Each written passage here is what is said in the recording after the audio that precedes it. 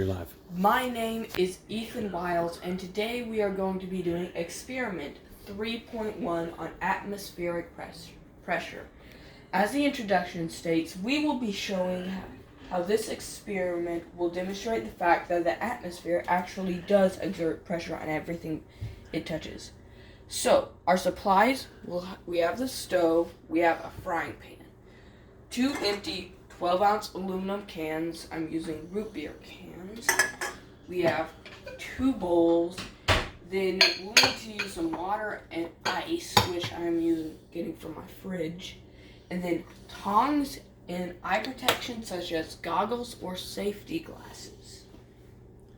So first, we will put a small amount of water in each of these cans.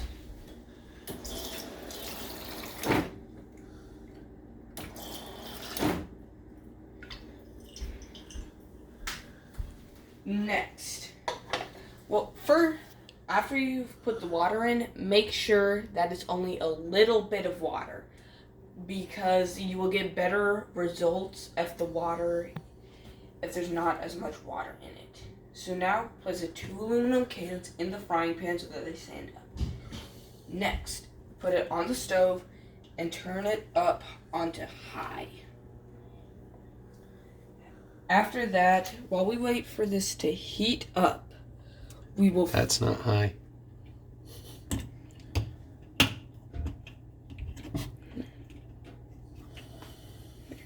While we wait for that to heat up, we'll fill each bowl half full of water. Ethan.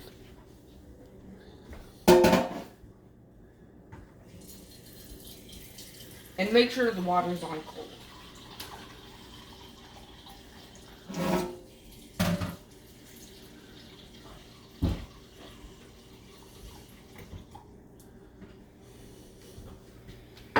Next, we will place a few ice cubes in each bowl so that the water will become colder.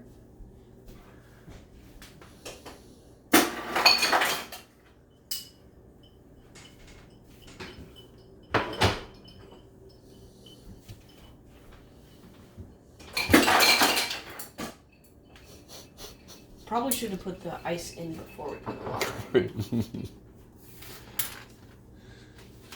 Next, we just wait till steam starts rising out of the cans so that we know that it starts to boil. Yeah. The water is now at a boil. Before I put the cans in, let me tell you my hypothesis, which is the can that I'm going to place face up. My hypothesis is that nothing will happen to it. The can that is face down, my hypothesis for that one is that water will bubble out of it. Now, we are going to make sure your eye protection's on. Now, we will put this one. Now, you know what happens.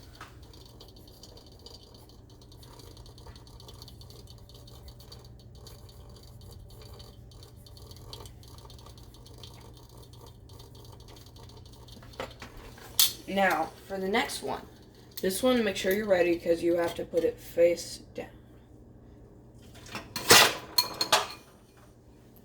Okay, that's not what I expected. Okay, now note what happens for that.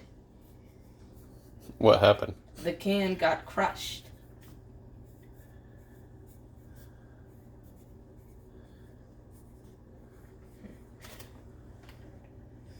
So what does that tell you about what the air did? What the air did was, it probably did because there was not very much air in that because we heated it up and expanded all the air in it and pushed the air out. So the air pressure inside was greater than the air pressure outside. My mistake with my hypothesis was probably that I assumed... Hold on. You said the air pressure inside was greater than that of the outside? air pressure outside was greater than the air pressure inside and crushed. So what happened to the air inside? The air inside, it condensed and and took up a smaller volume. Why would it have condensed? Because when you heat things up, it gets warmer. Or when you heat things up, it gets larger. Mm-hmm. It takes up more volume. When you cool things down, it takes up less volume. And we put it in a bowl of ice water. Mm-hmm. And since the lid was face down and the opening was face down, it couldn't suck any air in like this can. Mm-hmm. But it tried to suck some stuff in, but it couldn't very well because the water is heavier than the air, so it sucked the sides of the can in. What was wrong with my hypothesis was I just thought the air would continue expanding. Mm-hmm. That was what was probably wrong. Now, once you have noted all that down, everything that's left is just clean up your mess. Make sure you turn the stove off. Mm-hmm. Don't touch that can. It's cooled down already. Good. Never touch hot metal. That thing was just sitting in a hot pan for 10 minutes. Never touch hot metal. That's why you have tongs. Even if it's sitting in ice water, you don't just reach and grab. Good things to learn. Good experiments.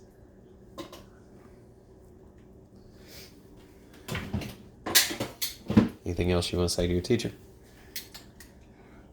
That was a good experience. First time I've done something like that. Or I've had it videoed at least.